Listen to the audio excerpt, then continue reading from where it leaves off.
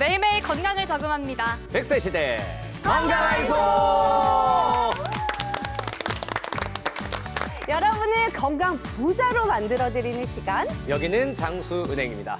네, 벌써 이렇게 12월이 시작이 됐는데요. 와. 2024년도 한 달밖에 남지 않았다고 하면은 시간이 얼마나 이렇게 빠른지 좀 체감이 가실 것 같아요. 충격 그 자체인데요. 충격 그 자체죠. 그러니까요. 이게 시간이 속절없이 흘러가 버리네요. 그러니까요. 딱 이맘때 이 시즌에 꼭 세웠던 계획들 지금 얼마나 지켰는지 점검을 해봐야 될 것 같은데 어떤가요? 우리 경수 씨는 좀 많이 달성을 하셨나요? 네, 그러니까 지금 고개를 떨구는 이유가 사실 계획이라는 게 지켜지지 않는 게 계획인 것 같아요. 변명 아니에요? 사실 아니 올해 있죠? 초만 하더라도 굉장히 알차고 이 근사하게 계획을 준비했었는데 진짜. 이 11개월이 흐른 지금 이 시점에 생각해보면 내가 뭘 했나 싶을 정도로 참 계획이 이루어진 게 없는 것 같습니다. 네. 그래도 무엇보다 사실 올해만큼이 운동 열심히 해서 바디 프로필 한번 꼭 찍고 싶었거든요. 바디 프로필 성공하셨어요? 완전 대실패했습니다. 네, 이 복근이 지금 원팩이 됐어요. 원팩이 지금. 네. 식스팩인지 에이팩인지 확인도 못해. 숨어있는 거니까 걱정하지 마세요. 맞아요. 언젠간 나오겠죠? 그럼요, 당연하죠. 아직 그래도 한 달 정도 남았으니까 이 네. 원팩이 식스팩이 되는 그날까지 제가 이제 응원을 하겠습니다. 좋습니다. 네, 그리고 직장인들이 해마다 다시 세우는 계획 중에 하나가 뭐 저도 그렇겠고요. 우리 경수 씨도 그랬겠지만 가장 많이 세우는 단골 계획 1위 바로 운동 그리고 체력 관리라고 합니다. 그런데 사실 다들 해보셔서 아시겠지만 어렵잖아요. 너무 어려워요, 사실. 네. 그렇죠. 작심삼일로 한 달도 채 못 가고 끝나는 분들이 정말 많다고 하네요. 맞아요. 아니 근데 저도 정말 많은 계획을 세웠거든요. 네. 근데 정말 지키기가 쉽지 않은데 저는 조금 남은 기간에라도 좀 지키고 싶은 게 하나가 있는데 바로 부모님께 효도하는 거. 그런 거. 좀 올 한 해는 좀 더 좀 효도 좀 해야 되겠다 했는데 많이 못한 것 같아서 죄송합니다. 남은 기간 동안 열심히 효도하겠습니다. 이 자리 빌어 저도 부모님 죄송합니다. 효도하겠습니다. 네. 어쨌거나 중요한 것은 꺾이지 않는 마음이죠. 둔꺽마라는 말이 있듯이 이제 남아있는 2024년 한 달 동안 알차게 한번 하루하루 이 선불 같은 시간이라 생각을 하면서 보내면 좋을 것 같습니다. 좋습니다. 자, 그럼 오늘도 힘차게 출발해 보도록 하겠습니다. 건강 뉴스 쉽게 읽어주는 여자부터 만나보시죠.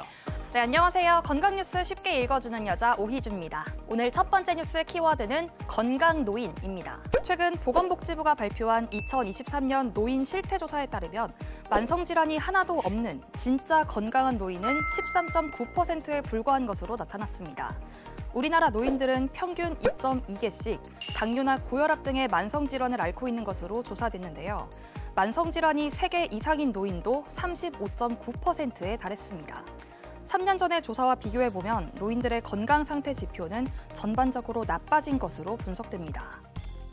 네, 이렇게 초고령화 사회가 되면서 이 노인들의 유병률이 증가하는 거는 뭐 어떻게 보면 당연한 일 같은데 그러면 정신 건강은 좀 어떤가요? 예, 노인의 정신 건강에서 저희가 빼놓을 수 없는 게 노인 우울증입니다. 최근에 조사된 노인 우울증의 유병률 조사 결과를 보면 11.3% 정도로 유병률이 나왔는데요. 2020년도에 13.5%였던 이 수치에 비교한다면 2.2% 정도 더 낮아졌거든요. 아마 저희가 지금 10년 이상 지속되는 자살과 우울 예방 정책으로 인해서 다소 감소한 모습을 나타내지 않았나 생각이 듭니다. 하지만 여기서 저희가 중요한 것은 독거 노인의 우울과 동거 노인의 우울이 차이가 있었고 특히 독거 노인의 우울 유병률이 16.1%로 상당히 높게 저희가 조사가 됐습니다. 그래서 독거 노인분들이 신체적 건강도 물론 많이 챙기셔야 되겠지만 정신 건강도 신경을 많이 쓰셔야 될 것 같습니다. 네, 두 번째 뉴스 키워드는 불안, 애착입니다. 이제 부정적 감정을 스스로 관리해 우울증을 예방할 수 있는 길이 열렸습니다. 국내의 한 연구팀은 인구의 약 20%가 불안애착 성향을 갖고 있음을 확인하고 이들을 위해 일상에서 부정적인 감정을 완화할 방안을 찾아 디바이스로 구현했다고 밝혔는데요. 사용자가 부정적인 감정을 느낄 때 이를 즉시 인식하고 긍정적인 사고로 전환하도록 돕는 역할을 했다고 합니다. 와, 이제는 이런 장치로 기분 전환까지 된다고 하니까 정말 신기한데요. 네, 그런데 불안애착이 정확히 뭘까요? 저희가 불안애착이라고도 하고 뭐 불안정 애착, 성인 불안애착 많은 이름으로 불리는데 사실 명확한 진단명은 아니고요. 조금은 현상을 설명하기 위해서 쓰는 용어인 것 같습니다. 보통 이런 불안 애착이 있으신 분들이 이제 병원에 내원하시면 갑자기 감정 기복이 심해요, 너무 갑자기 우울해요, 불안해요, 이유를 모르겠어요라고 많이 얘기하시거든요. 이 불안 애착은 우리가 대인 관계를 할 때 상대방의 어떤 반응에 내가 굉장히 영향을 많이 받는 그런 애착을 가진 사람들을 얘기하고, 쉽게 말해서 부정적인 피드백이 왔을 때 내가 기대하는 지지적인 반응이 아닌 반대의 반응이 오면 나를 싫어하는 게 아닌가라는 생각도 많이 들게 되면서 우울하고 불안해집니다. 이런 불안 애착이 있는 분들은 소아 청소년기에 부모님과의 애착 형성이나 어떤 정서적 분리에 어려움이 있었던 경우가 많고요. 그 부분들이 해결되지 않고 성인기까지 지속이 돼서 성인기 불안 애착이 되는 경우가 많습니다. 결론적으로 정리해서 말씀드리면 이 불안 애착이라는 부분은 타인에 대한 의존성이 높다 보니까 대인관계 어려움이나 사회생활에 어려움이 생기고, 그 결과로 의존성도 낮아지고 우울증으로 이어지는 경우도 상당히 많습니다. 네, 정말 우울증을 앓고 계시면서 좀 힘들어하시는 분들도 꽤 계실 것 같은데, 그런 분들께 좀 해드리고 싶은 말씀이 있다면요? 이제 이게 어떻게 들릴지 모르겠지만 사실 우울은 마음의 병이 아니라고 생각합니다. 우리가 뼈가 부서지면 아파서 병원을 가듯이 우울증도 뇌에 이제 신경 전달 물질이 제자리를 찾지 못해서 우울한 내 감정이 조절되지 않는 거거든요. 쉽게 주변에서 이제 정신만 똑바로 차리면 극복할 수 있다라고 많이 하시는데, 그런 말들 때문에 병원에 가지 않고 혼자 조금 끙끙 앓으시는 분들이 많은 것 같습니다. 그래서 혼자 끙끙 앓지 마시고 병원이나 아니면 보건소 방문하셔서 많은 도움 받으시고 빠른 회복하셨으면 좋겠습니다. 네, 지금까지 건강 뉴스 쉽게 읽어주는 여자 오희주 그리고 김연수였습니다.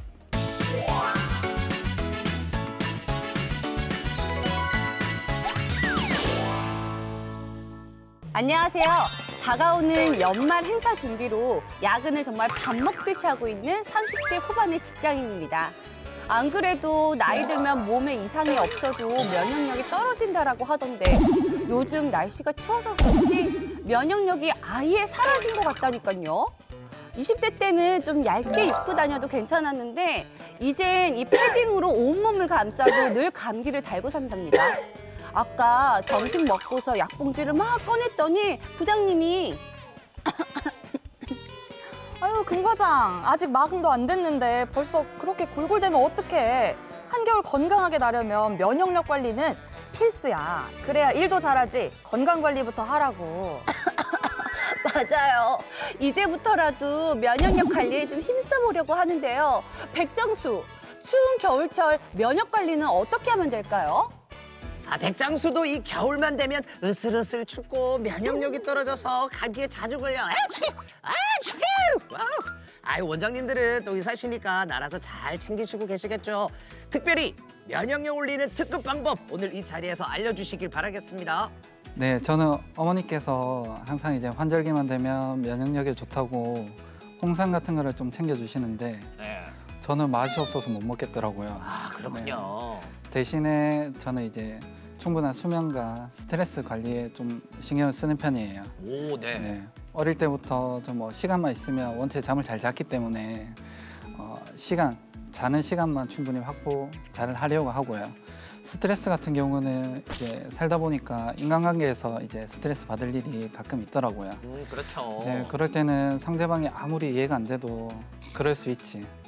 이러면서 저를 자기 가스라이팅을 많이 해서 네. 이해하려고 노력합니다. 그렇게 하다 보면 서로 생각이 달라도 상대방을 좀 이해를 하고 저 자신은 스트레스를 안 받게 되더라고요. 그렇죠. 무엇보다 굉장히 또 긍정적인 마인드를 가지고 계시는군요. 우리 박주영 원장님은요?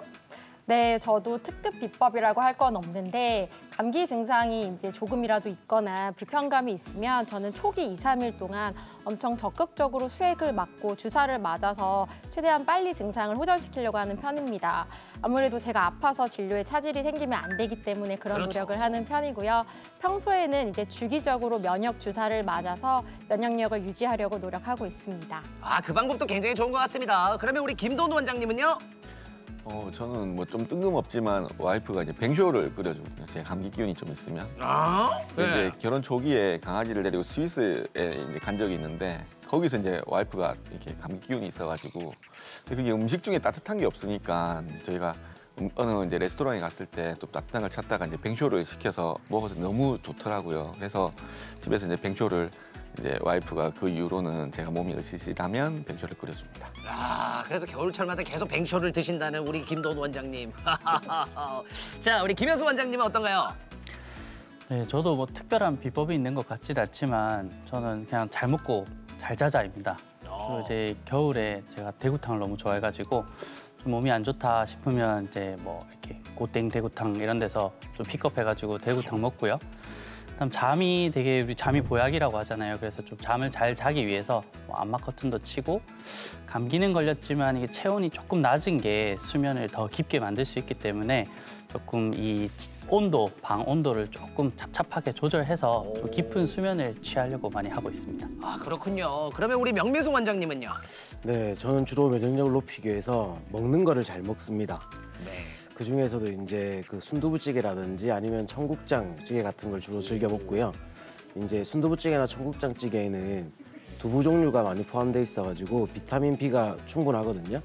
그래서 그런 걸 통해서 면역력을 높일 수도 있고, 그리고 따뜻한 국물을 통해서 체온을 약간 올려줌으로써 더 면역력을 향상시키는데 노력하고 있습니다. 아, 그렇군요. 이렇게 잠도 푹 자고 또 좋은 음식 많이 드시면서 또 면역력을 또 챙기시는 우리 원장님도 계시고요. 자, 기온이 뚝 떨어지면서 요즘 꽤 쌀쌀하잖아요. 이맘때 면역력 관리가 필수라고 하는데 이렇게 추워지면 왜 면역력이 떨어지는 걸까요? 예, 면역력은 우리 몸을 건강하게 유지하는 데 있어 핵심 요소로 손꼽힙니다. 이는 세균이나 바이러스 등 외부 침입과 질병으로부터 몸을 보호하기 위한 인체 방어 시스템이기 때문입니다. 날씨가 부쩍 추워지면 몸은 신체 온도를 유지하기 위해 평소보다 많은 에너지를 소모해서 열 손실을 줄이기 위해 혈관과 근육을 수축하게 됩니다. 이렇게 되면 면역력이 쉽게 떨어지게 되는데요. 또한 우리 몸의 체온은 면역력의 바로미터라고 불리는데 사람마다 차이는 있지만 보통 체온이 1도씨가 내려가게 되면 면역력이 30~40% 떨어진다고 알려져 있습니다. 이러면 각종 질환에도 쉽게 노출이 되게 됩니다. 아, 그러니까 면역력은 내 몸을 지키는 힘이라는 거네요. 그럼 면역력이 떨어지면 어떤 증상이 나타날까요, 박주영 원장님? 네, 면역력이 떨어지면 혈액순환에 문제가 생길 수 있는데 그러다 보면 침샘에도 혈류 공급이 잘 되지가 않아서 침 분비가 감소되고 흔히 우리가 입병이라고 알려져 있는 혓바늘이나 구내염 같은 게 잘 생길 수가 있습니다. 그리고 어렸을 때 몸에 침투되어 있던 수두 바이러스가 다시 활동을 하게 되면서 물집이나 발진, 근육통 같은 것들이 나타나는 대상포진도 면역력이 떨어졌을 때 자주 발생하는 질환이 될 수 있겠고요. 감기도 더 잘 걸릴 수가 있는데 면역력이 떨어진 상태에서는 그 증상이 더 오래 갈 수가 있겠습니다. 장내에는 유해균이 많아지면서 배탈이 잘 나거나 장염에 잘 걸릴 수도 있는데요. 산부인과적으로는 캔디다 질염이 면역력이 떨어진 여성에서 자주 발생한다고 되어 있습니다. 와우, 퍼펙트! 몸이 이렇게 오돌오돌 떨리면 감기 오는 거라 생각하는 분들도 있잖아요. 이거 사실인가요? 그리고 날씨 말고도 면역력이 저하되는 이유는 뭐가 있을까요? 면역력이 떨어지는 거는 이제 인체의 이제 방어 시스템이 이제 문제가 생긴 겁니다. 일단 뭐 여기에는 이제 환절기로 급격한 온도 변화뿐만 아니라 흡연이나 음주를 이제 자주 하는 경우, 또 과로나 스트레스를 받는 경우, 노화로 인해 이제 신체 저항력이 떨어지는 경우, 수면 부족이 지속되는 경우, 비만한 경우 등이 이제 해당합니다. 따라서 이제 몸떨림은 면역력과 관계는 없습니다. 이제 근육량이 오히려 이제 적을수록 추위를 더 크게 느끼기 때문에 떨림이 잦은 사람은 오히려 마른 사람일 수 있는데요. 이 그 체열의 이제 40% 이상은 근육에서 만들어내기 때문에 오히려 이제 추운 날 떨림이 많으시면 이제 근육 운동을 하셔서 근육량을 늘리시는 게 좋겠습니다. 야, 운동 열심히 해야 될 것 같습니다. 그럼 평소 생활 습관이 굉장히 중요할 것 같은데요. 나도 모르게 면역력 저하를 부르는 그런 행동들이 있다면 어떤 게 있을까요? 네, 크게 두 가지 정도 얘기 드리고 싶은데 첫 번째는 물, 두 번째는 수면입니다. 우리가 수분은 체내 독소나 노폐물을 많이 배출시키는 역할을 하는데 수분이 부족해지면 아무래도 노폐물이 많이 쌓이게 되고 또 이 세포 안에 수분이 많이 줄어들게 되면서 면역 기능이 같이 떨어지게 됩니다. 특히 우리가 감염이 있었을 때 우리 몸을 방어해주는 림프의 형성에도 물이 중요하기 때문에 충분한 수분 섭취가 굉장히 중요하겠고요. 두 번째는 최근에 우리가 스마트폰이나 태블릿 PC 같은 것들 이제 자기 전에 많이 사용하시는데 거기서 많이 이제 빛이 나오잖아요. 근데 이 빛은 항산화 효과나 면역이나 또는 이제 잠을 깊게 만들어주는 멜라토닌이라는 이 호르몬의 수치를 낮추게 됩니다.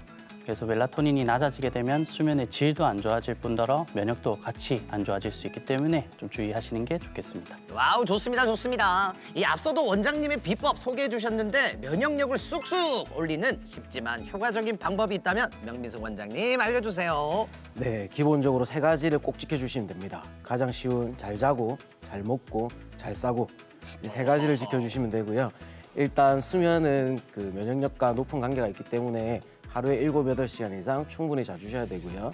그리고 이제 베타카로틴이 풍부한 단호박이라든지 당근, 귤 같은 거를 드시면 좋고, 그리고 비타민 B가 풍부한 콩이라든지 유제품, 생선류를 드시는 것도 좋습니다. 그리고 당연히 장내 건강도 면역력과 높은 관계가 있기 때문에 장내 건강을 유지하기 위해서 노력해 주셔야 되고요. 그리고 운동이라든지 명상 이런 걸 통해 스트레스를 해소하는 것도 중요하겠습니다.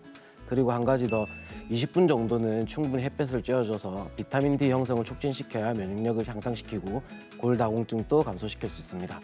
그리고 의외로 한 가지 놀라운 점이 있는데요. 우리가 이제 껌을 씹는 게 은근히 좋습니다.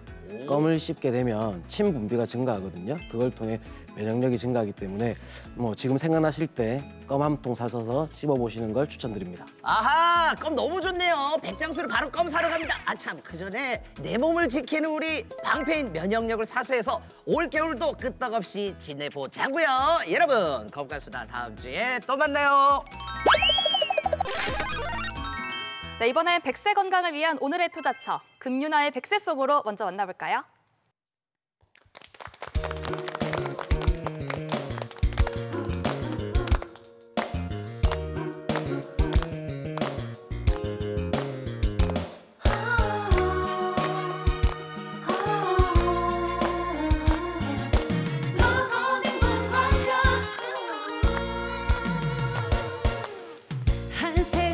살다 보니 시큰시큰 쑤시는 늙어가는 무릎아 한 송이 꽃이라면 향기라도 있을 텐데 이것저것 아무것도 없는 무릎이네. 걸을 수만 있으면은 님 찾아갈 텐데 무릎이 건강하면 살만 날 텐데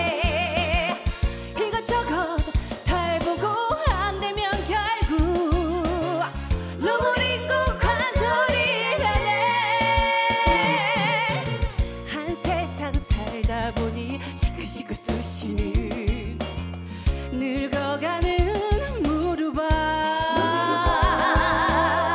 한 송이 꽃이라면 향기라도 있을 텐데 이것저것 아무것도 없는 무릎이네.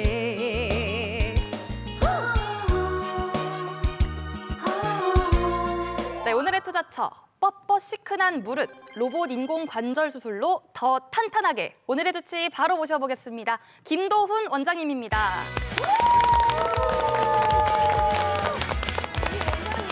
원장님은 평소에요 열정이 굉장히 많으신 스타일이시잖아요. 네.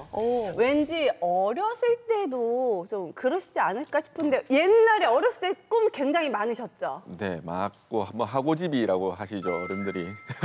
뭐라고요? 원래 근데 고등학교 때는 수학과학 되게 좋아해서요. 네. 그래서 인공위성 만드는 게 꿈이었습니다. 그때는 아직 우리나라 인공위성이 없었어서 네. 그쪽이라서. 근데 수능을 봤는데 이제 생각보다 수능을 못 봐가지고요. 네. 그때 막 IMF 터지고 막 이런 시기라서 사실 국립대 아니고는 이제 부산이 고향이 부산이다 보니까 서울에 있는 대학을 가기가 사실 쉽지가 않아서 근데 이제 수능을 좀 못 봐서 서울대 전자공학과를 가고 싶었는데 이제 못 가는 것 같은 거예요. 못 갈 것 같아서. 네. 근데 이제 연고대 가기에는 이제 집에서도 이제 많이 부담스러워하시고 그래서 이제 반수해야지 하는 생각으로 이제 의대를 갔었는데 네. 이 의대에서 이제 이것저것 하다 보니까 이제 뭐 눌러앉게 된 거죠. 아니 잠깐만요. 이게 의대 하면은 들어가기가 쉽지 않은 곳인데 반수할 생각으로 그냥 들어가서 눌러 앉아서 지금 의사가 됐다. 네. 근데 뭐 사람이 어떻게 될지 뭐 모르는 거지만 근데 결과적으로는 저한테는 정말 잘 된 일 같습니다. 아니 뭐 이 정도면은 뭐 의사가 그냥 운명이셨네요. 그죠? 그러니까요. 대단하세요. 놓으시면서도 이렇게 의사 되시고. 직업으로서 사실 자기가 행복을 느끼면 정말 뭐 그건 행운이라고 하는데 그쵸. 네. 저는 사실 이 정형외과라는 과 자체가 뭐 진료를 반 보고 거의 수술을 반 하는 이제 이런 이제 직업이다 보니까 부계가 너무 재밌어서 또 그렇게 환자분들을 케어하는 게 너무 행복해서 지금은 이제 천운이라고 생각합니다. 그나저나 요즘처럼 이렇게 날씨가 굉장히 많이 추워졌잖아요. 네. 찬바람이 살랑살랑 불어오면서 무릎 아프시다고 못 살겠다 하시는 우리 아버님, 어머님도 많이 계실 것 같아요. 이런 관절염도 있으시고. 그래서 이제 원장님께도 좀 무릎 환자분들이 많이 찾으실 것 같은데 어떤 부분을 가장 힘들어 하실까요? 뭐 무릎 환자들 힘든 거 뭐 무조건 통증 아니겠습니까? 그렇죠. 날씨 추워지면 뭐 병원 회진 돌면 뭐 곡소리 납니다. 막. 날 추워지면 이제 무릎 주변에 뭐 인대라든지 뭐 이런 무조직들이 이제 타이트해지면서 통증이 조금 더 증가하는 경향이 분명히 있고요. 또 이제 가을이다 보니까 뭐 단풍병 하시다가 참다가 또 오시는 분도 있고. 요즘은 사실 이제 운동이나 뭐 건강에 대한 관심이 뭐 많으시니까 본인이 원하는 운동 안 될 때, 또 이제 본인이 가고 싶은 여행 못 갈 때. 뭐 이럴 때 이제 병원을 이제 많이 찾으시고요. 심지어는 요즘은 이제 좀 참다 오시는 분들은 밤에 화장실 못 가겠어요. 뭐 이러면서 이제 오시는 분들도 계십니다. 그러니까요. 이게 참 이런 얘기 들어보면은 우리 몸에 있는 모든 관절들이 다 중요하지만 특히나 이 무릎 관절이 더더욱 우리 삶의 질이랑 또 밀접한 연관이 있다고 느낍니다. 맞아요, 진짜. 네, 그래서 오늘 이 이야기를 좀 제대로 한번 짚고 넘어가야 될 것 같은데 먼저 퇴행성 관절염 정확히 어떤 질환인가요? 환자분들이 이제 저한테 이제 진료 보러 오시면 저 관절염 몇 개예요? 이렇게 많이 물어보시거든요.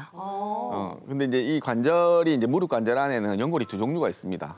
여기 지금 엑스레이 이제 먼저 보시면 뼈와 뼈 사이에 이렇게 공간이 있거든요. 그 공간이 이제 비어 있는 게 아니라 사실은 뼈 안에 이제 요 옆에 있는 이제 MRI 그림을 보시면 이제 같은 무릎이거든요. 근데 이제 요 비어 있는 공간이 사진을 보시면 뼈 위아래 뼈에 이제 회색띠로 이렇게 하얗게 보이는 게 이게 이제 관절 연골이고요. 어른들이 뭐 연골이 다 인공관절 수술한다, 뭐 이런 데 갈 때. 그 밑에 이제 까맣게 나비 넥타이 모양으로 보이는 게 이제 반월상 연골이라고 부르는 겁니다. 이제 그거는 이제 관절 연골을 이제 보호하는 쿠션 역할을 하거든요. 근데 요 두께만큼 이제 엑스레이 상에 이제 비어 보이는 건데 이제 요 두께의 이제 변화에 따라서 이제 관절염의 기수가 이제 정해집니다. 현재 관절염이 이제 무릎의 관절염은 진행될수록 이 간격이 좁아지는데요. 이제 뭐 건축하고 비교했을 때 이제 동등하면 이제 관절염 1기, 그다음에 이제 50%에서 100% 사이가 되는 경우에는 관절염 2기, 건축과 비교했을 때 50% 미만이면 3기, 그다음에 25% 미만이면 4기로 이렇게 이제 구분할 수 있겠습니다. 그러면은 저희가 그냥 일반적으로 무릎에 조금 물이 찼을 때 이게 이 관절염이라고 생각을 하면 될까요?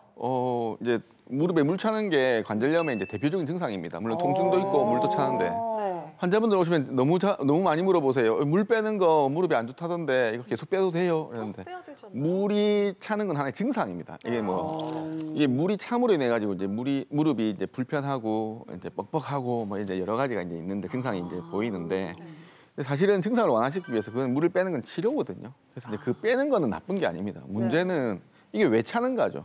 차는 원인을 명확히 찾아서 해결하지 않으면 물은 또 차니까요. 또 차면 또 빼고 그게 문제인 거지. 무릎에 물을 빼는 거는 하나의 치료이니까 걱정 안 하시면 좋겠습니다. 원장님, 요즘 비교적 젊은 40, 50대들도 관절염이 많다고 하는데 그래도 100세 시대잖아요. 아직 반밖에 안 살았는데 이렇게 관절염이 많이 생기면 이거 좀 심각한 것 아닌가요? 그러니까요. 이 퇴행성 관절염이 결국에는 이제 많이 써서 생기는 이제 병이니까요. 이제 그래서 이제 40대, 50대에서도 이제 무릎을 많이 쓰는 직업을 가지고 계시거나 특히 요즘은 이제 스포츠 심하게 하시는 분들 이렇게 관절염 생겨서 많이 오시고요. 그리고 이제 어릴 때 좀 다쳤다가 이제 그게 관절염이 있는데 외상성 관절염이 있거나 또는 이제 타고날 때부터 O자 다리나 X자 다리로 다리가 휘어 있으신 분들이 이제 뭐 O자 다리 같으면 안쪽 관절, 이제 X자 다리면 외측 관절이 좀 닳아서 퇴행성 관절염이 생겨서 저희한테 이제 방문하시는 경우가 많은데 꼭 이제 뭐 오늘의 주제는 인공관절뿐만이 아니라 이제 나이가 젊으실 때 생긴 퇴행성 관절염을 뭐 치료하는 뭐 예를 들면 뭐 관절경으로 간단하게 치료할 수도 있거나 아니면 뭐 휜다리를 교정하면서 관절 연골을 재생시키는 이제 술식도 분명히 있고요. 뭐 여러 가지 이제 치료법들이 있으니까 그렇게 너무 걱정은 안 하셨으면 좋겠습니다. 자, 관절염 초기에는 이런저런 좀 치료를 해주시고 계시는데요. 사실 이 말기가 되면은 그 어떤 치료를 받아도 좀 소용이 없다고 하는데 그때는 어떻게 해야 될까요? 사실 무릎 관절의 치료는 이제 수술 이전의 치료는 사실 조금 어떻게 보면 간단합니다. 뭐 초기, 중기에는 사실 약 먹고 또는 이제 허벅지 근육 운동하고 또 무릎에 주사 맞고 뭐 어르신들 말씀하신 연골 주사, 뭐 DNA 주사 여러 가지 종류가 있는데 그렇게 이제 수술 이전에 비수술적 치료를 시행하셨을 때 이제 효과가 있어서 이제 뭐 괜찮으면 그렇게 또 이제 운동하시고 생활을 하시면 되는데 뭐 그게 효과가 없다고 하면 사실은 수술적 치료로 이제 넘어가야 되죠. 근데 이제 퇴행성 관절염일 때 이제 할 수 있는 수술적 치료들이 결국에는 마지막은 이제 무릎의 이제 모든 관절을 이제 교체하는 인공관절 전 치환술이 최종적인 수술적 치료 방법이 되겠습니다. 그러면 이 인공관절 수술은 뭐 누구나 관계없이 다 받을 수 있는 그런 수술인 건가요? 이제 이게 저희 나라에서는 사실 이제 나이가 좀 이제 그런 기준으로서 크게 작용을 하는데요. 심사평가에서 이제 만든 기준으로는 만 65세 미만인 경우에는 이제 아까 말씀드린 관절염 4기의 경우에만 이제 인공관절 수술을 할 수 있고요.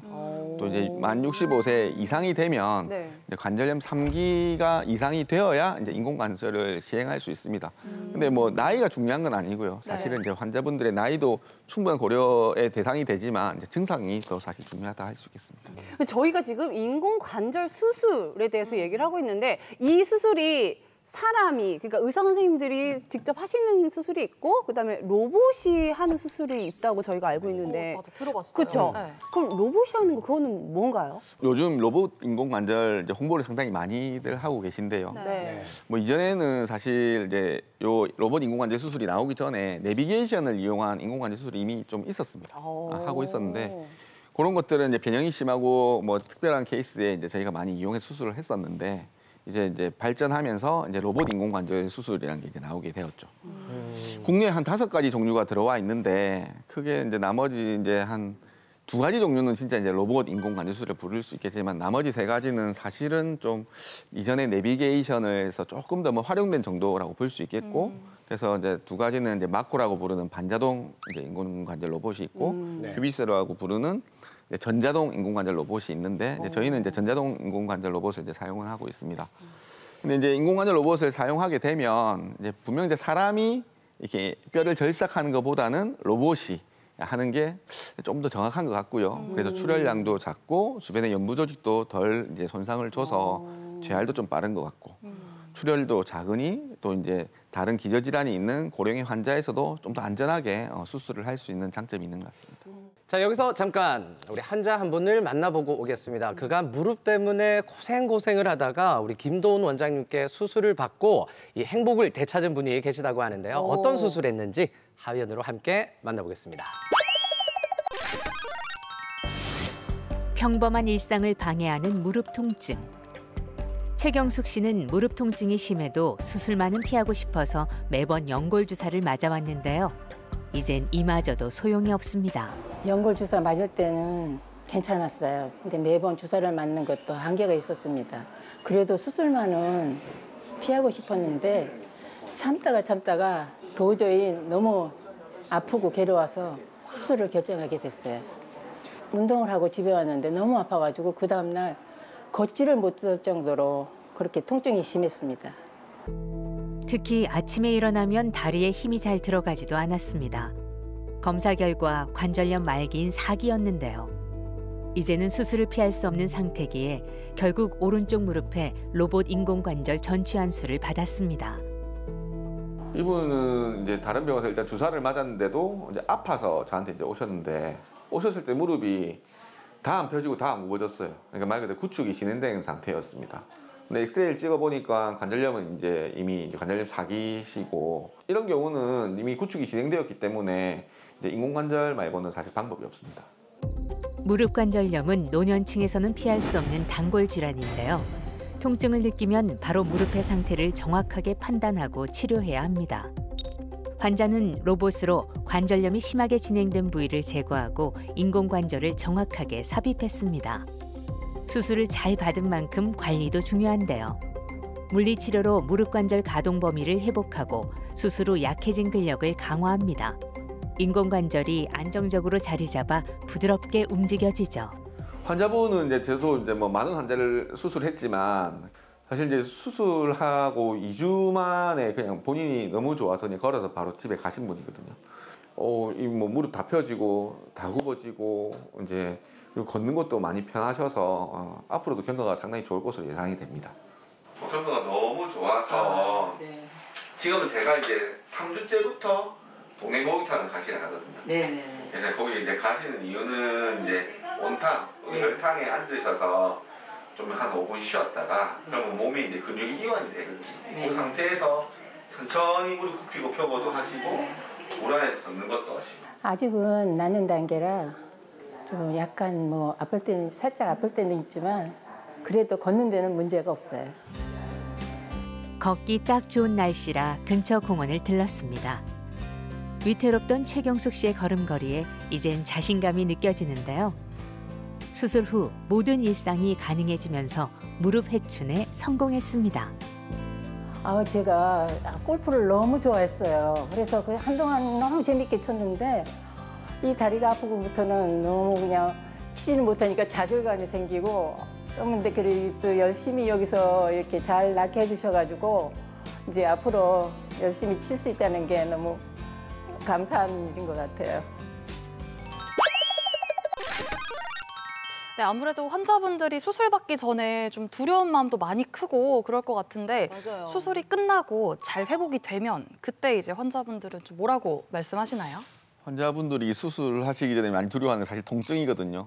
이미 많이 아파서 수술을 하심에도 불구하고 네. 수술하고 더 아플까 봐. 네. 그걸 제일 걱정을 하시는데 요즘은 이제 인공관절 수술을 하면 이제 수술하고 나오실 때 이제 무통 주사라는 것들 이제 달고 나오시기도 하고 또 이제 신경 차단술이라고 해서 또 통증을 경감시키기도 하고 또 통증 주사라고 해서 큰 주사를 무릎이 이제 열려 있는 상태에서 근육과 연부 조직에 이제 주사를 하고 나와서 사실 이제 환자분들이 뭐 수술을 뭐 여러 번 하지 않으시니까 비교할 수는 없겠지만 개개인이 예전에 수술하신 분들보다는 통증이 이제 수술하고 뭐 2, 3일 동안에도 통증이 좀 많이 감소된 것 같습니다. 의사들이 보기에.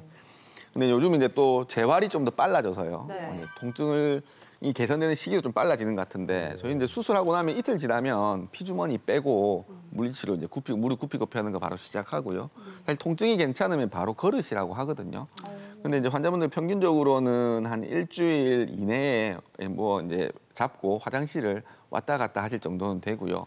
2주가 되면 실밥 다 빼고 괜찮으시면 집에 가시라 하거든요. 그 말은 이제 집에 걸어서 가실 수 있다는 거죠, 통증 정도가. 생각보다 빠르네요. 네. 또 이제 3주가 되면 동네 목욕탕 가세요. 제가 많이 요즘 이제 나이 많으신 분들은 아직 동네 목욕탕 많이 다니시니까 사실 목욕탕 가서 따뜻한 물 안에서 재활하는 게 정말 좋거든요.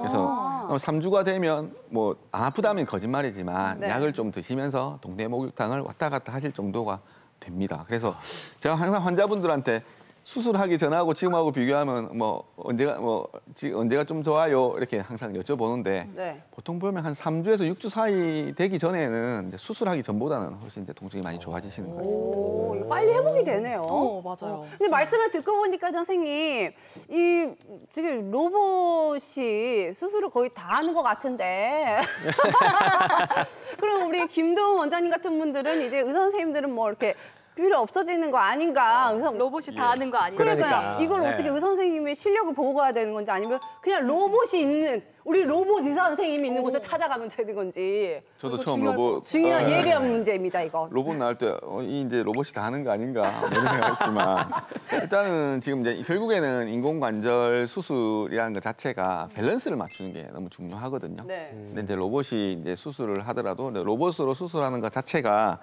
이제 CT 데이터를 기반으로 그걸 이제 컴퓨터에 넣어서 이제 먼저 계획을 환자분에 따라서 다 맞춤형 계획을 세우고 그걸 로봇으로 옮겨서 로봇이 이제 뼈를 절삭하는 그런 과정을 로봇을 이제 하게 되는데 사실 이제 그 전체 구조를 맞추는 거는 이제 그런 계획과 로봇이 절삭하는 걸로 커버는 되지만 결국 이 무릎 관절의 밸런스를 잡는 거는 결국에는 이제 숙련된 의사가 마지막에 이제 결정을 하고 마무리를 하는 거거든요. 사실 이제 이전에 로봇 나오기 전에는 결국엔 의사가 다 했던 거니까요. 그렇죠. 결국에는 그거를 많이 해보고 확실하게 이제 결정을 할 수 있는 숙련된 의사가 또 로봇 수술을 하는 게 사실 좀 더 잘 하겠죠. 네. 제가 굉장히 외람된 질문을 드렸네요. 죄송합니다. 믿음이 갑니다. 그러니까요. 아니 로봇 수술이 그렇게 좋다고 하면 아무래도 가격이 좀 많이 비싸지 않을까 걱정하시는 분들도 많을 것 같아요. 사실 못 물어보고 있었거든요. 그러니까요. 이 수술비 아무래도 로봇이 좀 더 비싸겠죠? 환자분들이 돈 얘기 저한테 물어보실 때만 상당히 예. 그런데 이제 조금 더 비쌉니다. 네, 비싼데 이게 뭐 비싼 거 조금 여담으로 말씀드리면 네. 로봇 가격도 상당히 뭐 수억 원을 하기도 하지만 그렇죠. 로봇 수술을 할 때 네. 항상 이제 추가로 더 들어가는 이제 이 소모품들이 있습니다. 이제 뭐 그런 것들이 있어서 이제 적정한 가격을 로봇 인공관절 하는 이제 병원들이 이제 손으로 하는 것보다는 조금씩 더 받고 있는데요. 근데 조금 이제 환자분들한테 좋은 건 그것도 실비 보험은 됩니다. 그래서 너무 그렇게 부담감 가지시지 않고 수술하실 수 있겠습니다. 그 김도훈 원장님 말씀 들어보면 로봇 인공관절이 뭔가 좋아 보이거든요. 근데 아직까지도 이제 의사가 직접 하는 인공관절 수술도 있으니까 실제로 병원에서 시행하시면 비율이 어느 정도씩 되는지가 좀 궁금합니다. 지금은 보면 한 5대5 정도 되는 것 같습니다. 이게 진짜 많다. 예, 이제 점점 올라와서 5대5 정도 되는 것 같은데 이 환자분들이 이제 오시면 이제 항상 이제 물어보세요. 원장님 손으로 하는 게 좋아요? 뭐 로봇으로 하는 게 좋아요? 뭐 이미 로봇으로 하겠다 마음 먹고 오신 분들은 그냥 로봇으로 수술을 하시면 되는데 네. 물어보시면 이제 요즘은 이제 워낙 많이 물어보시니까 답을 정해놨습니다. 제가 손으로도 수술 잘하는데 로봇이 도와주면 얼마나 더 잘하겠어요? 뭐 이렇게 뭐 말씀은 뭐 드리는데요. 네. 사실 이제 뭐 손으로 이제 하는 거와 로봇을 결정하는 데는 아까 말씀하신 이제 그 수술비의 차이도 좀 영향을 뭐 주시는 이제 영향을 끼치는 것 같기도 한데 뭐 환자분들 오시면 뭐 오셔서 뭐 로봇만큼 정확하게 손으로 수술 잘 하신다고 해서 손으로 하겠습니다 하시면 또 손으로 또 열심히 수술을 하고 있습니다. 원장님의 근거 있는 자신감 아주 멋지신데요. 믿음이 갑니다. 네, 믿음이 아주 지금 팍팍 하고 있거든요. 근데 뭔가 이 로봇이 수술한다고 하니까 의사 선생님들 입장에서도 사실은 좀 편한 부분이 상당히 있을 것 같은데 좀 실제로 그러신가요? 어떠세요? 제가 이제 로봇으로 수술하기 전에 한 1000년 정도 손으로 이제 수술했던 의사이긴 한데 처음에 이제 로봇이 나온다 하니까 네가 나보다 수술 잘해? 뭐 이런 생각도 하고 사실 그 기계니까 오히려 신뢰를 못하는 부분이 있었습니다. 왜냐하면 기계가 오류나거나 그게 만약에 에러가 떠서 뭔가 다른 방향으로 나가면 사람 몸에 더 큰 해를 끼칠 수도 있지 않을까 뭐 이런 생각을 했는데 이 시대의 흐름에 발맞춰 나가야 되기도 환자들의 니즈가 있으니까 저희도 이제 로봇 인공관절을 도입을 했는데 처음 시작할 때는 사실 이제 제가 손으로 수술하면 한 40분 정도 수술 시간이 걸리거든요. 이제 숙련된 의사들은. 근데 로봇으로 하니까 이게 한 50분, 1시간 가까이 걸리는 거예요. 저희도 이제 케이스가 쌓이면 점점 수술 시간을 줄이기는 하는데 이게 로봇이 이제 들어와서 수술하는 동안에 저희는 비켜줘야 되는 거예요. 전자동 로봇이니까 로봇이 하는 동안은 이제 비켜주니까 그 시간이 한 17분, 8분 걸리거든요. 처음에는 수술 시간을 점점 단축하는 게 내 목표인데 이 시간까지 내가 비껴주고 이게 뭐지? 막 이런 생각도 사실 했었어요. 근데 이제 케이스가 쌓이다 보니 일단 그 계획을 짜는 프로그램도 너무 마음에 들고 또 이제 저희가 그 밸런스 맞추는 그런 이제 수치들도 이제 시각적으로 볼 수도 있고 그리고 이제 수술 케이스만 하시다 보니까 그 시간 동안 이제 쉬는 것도 사실 또 너무 좋고 요령이 생기셨네요. 뭐 그런 것도 있었는데 여러 케이스가 쌓이다 보니 이 로봇 인공관절로 하는 거에 대한 스스로에 대한 신뢰도도 높아져서 사실은 지금은 이제 오히려 로봇 인공관절 수술하는 게 저 개인적으로는 더 좋은 것 같습니다. 아니 그래도 선생님 말씀을 듣고 보니까 사실 저도 우리가 나는 거 아니야 이런 거 좀 걱정을 했는데 맞아요. 믿음이 확 가는 것 같아요. 무릎 아프면은 무조건 선생님한테 달려가겠습니다. 감사합니다. 그래서 선생님 말씀을 듣고 보니까 정말 많은 수술을 하셨잖아요, 여태까지.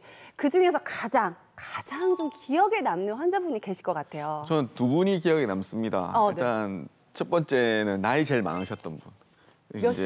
만 95세이셨던 분이 양쪽 무릎을 수술을 하셨는데 저희가 한쪽 하면 반대쪽을 컨디션이 괜찮으면 일주일 뒤에 바로 하거든요. 근데 이제 수술하고 이제 양쪽 다 이제 수술하고 2주 뒤에 그러니까 총 3주 뒤에 걸으면서 이제 집으로 가셨던 어르신이 수술 받고 그냥 바로 걸으시게 된 거네요, 그죠? 3주 뒤에. 그게 너무 기억에 남고 이제 나이가 많으시고 이제 뭐 논문상에는 만으로 한 5년 이상 여명이 남아 있으면 인공관절 수술을 하라 이렇게 교과서에 있긴 한데 사실 만 95세 인공관절 수술을 결정하시는 것도 사실 쉽지 않으셨을 텐데 다행히 결과가 좋아서 이렇게 기억에 남고요. 또 하나는 이제 뭐 시장에서 이제 청소를 평생 하시던 분인데 이제 정년 퇴직을 하신 거예요. 그래서 이제 이제 그때서야 수술하겠다고 병원을 오셨는데 제가 이때까지 본 무릎 중에 가장 옥자다리가 너무 심한 거예요. 그래서 옥자다리. 네, 저희가 일반적으로 이제 인공관절, 무릎 인공관절 수술하는 도구 가지고는 이 옥자다리 교정을 못 하겠는 거죠. 네.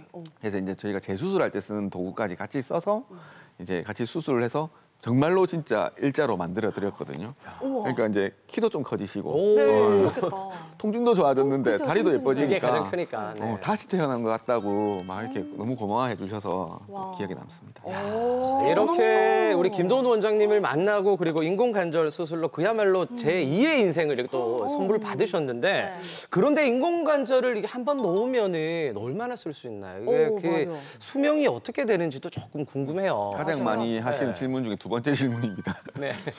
이 수명 항상 물어보시는데 이제 인공관절이 나오거나 전 세계 이제 무릎 수술을 하는 의사들이 데이터를 수집하고 있거든요. 이제 2년 전까지는 이제 100명 중에 80명 이상이 20년 이상 쓴다고 이렇게 보고가 되었었는데 이제 작년에 또 논문이 새로 나와서 이제 100명 중에 이제 85명이 20년 이상 이제 인공관절 쓴다 이렇게 이제 지금은 그게 이제 공식적인 데이터가 되겠습니다. 제가 해드리는 임플란트도 마찬가지지만 무릎도 이제 큰맘 먹고 비싼 돈 들여가지고 수술했는데 관리를 잘 못하면 안 되잖아요.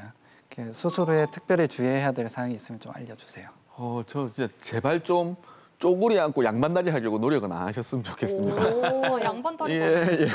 저희가 뭐 목욕탕을 가라 추천한 것도 있겠지만 목욕탕에 정말 많은 일들이 일어나더라고요. 그래서 이제 각 병원에 수술하신 분들끼리 모여갖고 재활을 같이 하고 계신데 잘못된 지식이 이렇게 되셔서 뭐 너무 쪼그리 앉으려고 너무 양반다리를 하려고 이렇게 막 많이 하셔가지고 사실 이제 인공관절 디자인 자체가 125도에서 130도 정도 무릎이 굽어지게 이제 되어 있고 저희는 수술을 하시고 나면 침대 생활하세요, 소파 생활하세요, 뭐 이렇게 말씀드리거든요. 식탁 생활하세요, 뭐 이렇게 말씀을 드리는데 이제 환자분들은 이제 이게 이제 원래대로 이제 무릎을 새로 해넣었으니까 완전히 다 움직여줘야 돼 이런 생각을 하셔서 막 과도하게 그렇게 운동을 많이 하시거든요.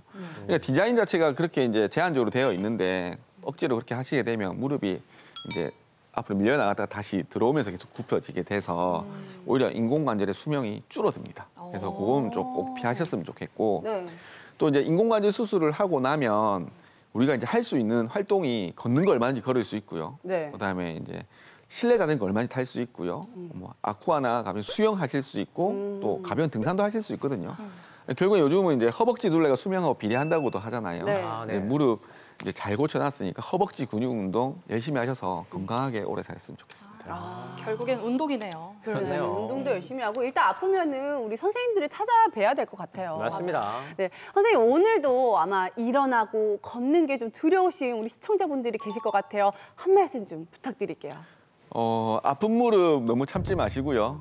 원하시는 운동 30분 이상 하지 못하시면 정형외과 병원 방문하셔서 더 탄탄하게 무릎 수술하시고 무릎 고치시고 건강하게 오래 사시기 바랍니다. 네, 지금까지 우리 무릎을 더 탄탄하게 지켜드리는 김도훈 원장님과 함께했습니다.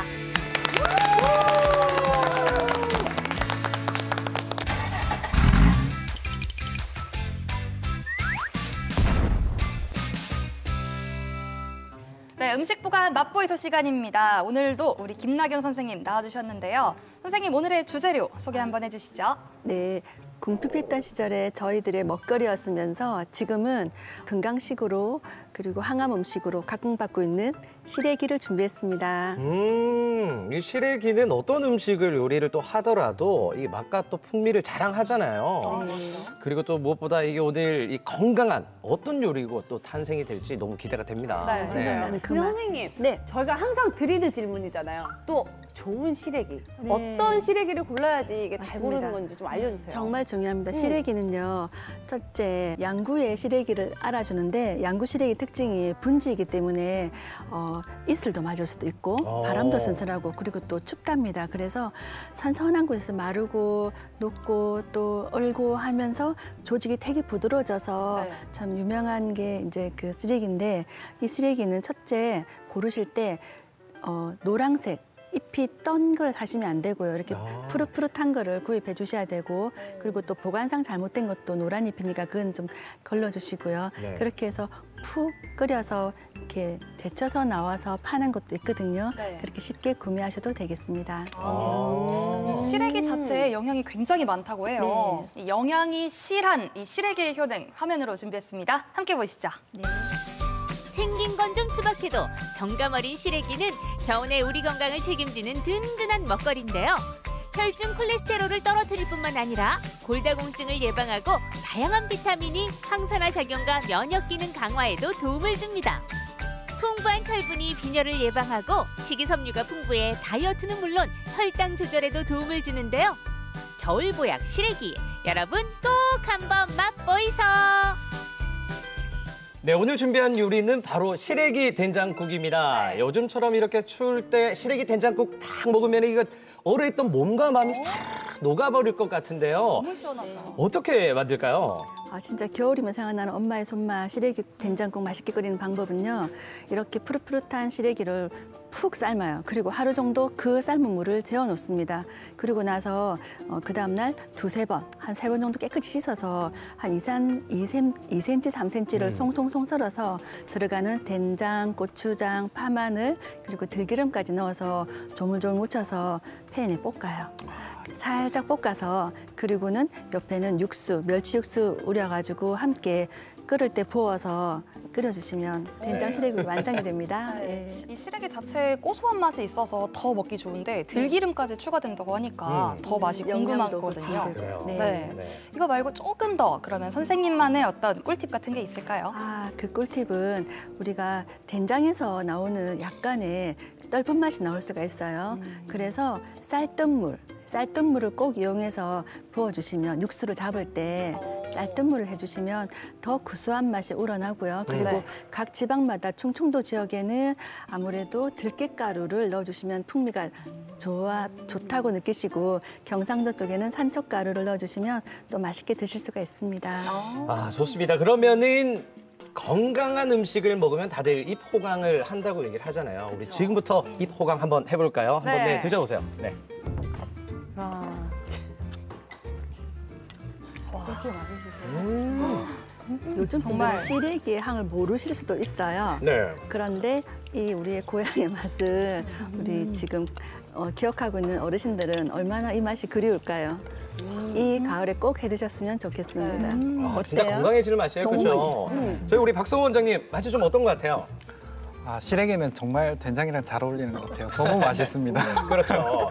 네, 어머님의 손맛이 생각나는 그런 시간이었을 것 같고요. 박지영 원장님은 좀 시식해보니까 어떠신가요? 네, 일단 그 삶은 시래기 식감이 너무 부드러운데 그 된장 특유의 그 구수한 풍미에다가 또 아까 들깨가루도 말씀하셨잖아요. 그 고소한 맛이 들어가니까 너무 맛있고 자꾸 생각나는 그런 음식이 될 것 같아요. 맞습니다. 혹시라도 이게 짧으면 좋은데 어리지 않고 길다면 껍질을 삶아서 살짝 벗겨주시는 것도 좋은 팁입니다. 역시. 그래요. 자, 이번 주엔 구수한 시래기 된장국으로 이 추운 몸을 따뜻하게 한번 데워보시길 바라겠습니다.